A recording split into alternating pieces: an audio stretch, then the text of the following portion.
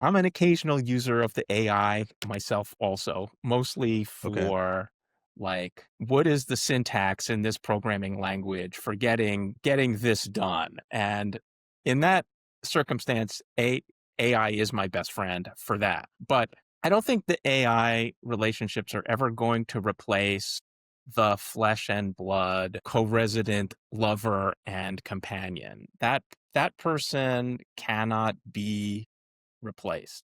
And, one of the things that comes up in my research is the rise of people meeting online. So it used to be in 1940, the main way couples met was through family and then through friends. Those were sort of the big two. I mean, people used to marry when they were 18 and 19 years old. So everybody you meet is in the neighborhood and your parents know their parents already. And now the predominant way that couples meet is they meet through the dating apps, or other online ways. They meet through Facebook, they meet through chat, they meet through Instagram direct message or whatever. But a lot of people have thought that meeting online would necessarily lead to worse relationships because, the theory was, well, you'd be better off if you met, the friend of your friend, because the friend of your friend, you'd know something about this person to start with. Your friend would vet them for you and this and that. But the truth is, your friends are busy. Your friends are busy with their own business and they don't know, Tinder knows more people than your friends know. And the Tinder profiles are more up to date than your friends' information. Your mom, I don't know, does your mom live in Illinois or someplace No, else?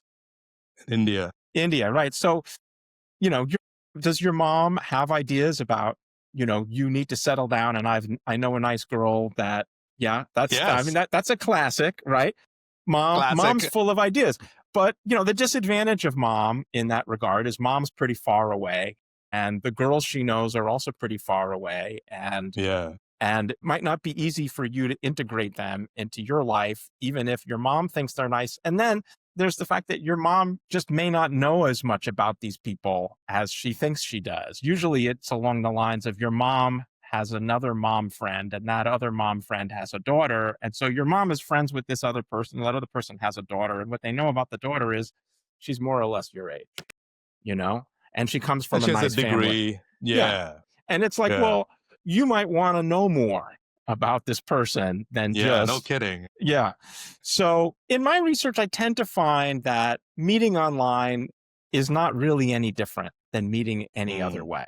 But what you asked about was like, instead of relationships with people, how about, relationship with like a really thoughtful AI that's like, got the silicon churning all the time, thinking about, how can we help Rajiv? And they're never, it's never tired. It's never having, health problems. It's not preoccupied with its parents in some faraway place. It can be attentive to you, but I It's don't not think, narcissistic. well, there's it can be helpful in all sorts of ways, Yeah. but I just don't think that we're going to feel really loved unless we can get another person full of flaws and foibles and imperfections to love us. I feel like that kind of love is irreplaceable, but it's also hard to achieve. It's hard to get the other person. And this is why people go to backups and substitutes, because it's a genuinely hard problem to find Mm. somebody who cares as much about you as you care about them, and then is also willing to sort of settle into the same kind of relationship you want to settle into at the same time.